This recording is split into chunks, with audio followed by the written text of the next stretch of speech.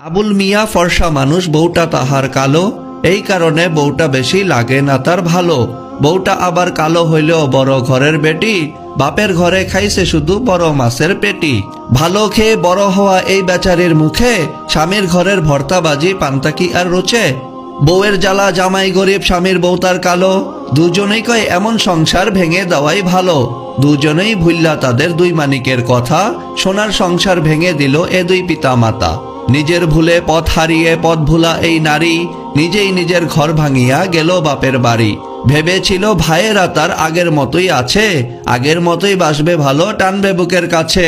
বাপের বাড়ি গিয়ে দেখে ভাবনাটা তার ভুল, ভাই ভাবিদের হাতে এখন বিষ কাটা আর হুল। কথায় কথায় কথায় খুঁটার হুল কাটা দেয় গায়ে, পাড়া পড়শিও কাটা গায়ে লবণ দিয়ে যায়। ভাই ভাবিদের কাছ থেকে এই আঘাত পাওয়ার পর বুঝতে পারে স্বামীর ঘরেই নারীর আসল ঘর। হেলায় হেলায় ঘর ভাঙিয়া ঘর হারা এই নারী, চোখের জলে বক্ষ ভাষায় বৈশ্যা বাপের বাড়ি। ওইদিকে তার স্বামী আবার করছে আরেক বিয়ে, বিয়ে করে পড়ছে জ্বালায় বাচ্চা দুটো নিয়ে। এমনিতে এই বাচ্চা দুটোর মা নেই তাদের কাছে, এখন আবার সৎমা তাদের লেগে থাকে পাছে।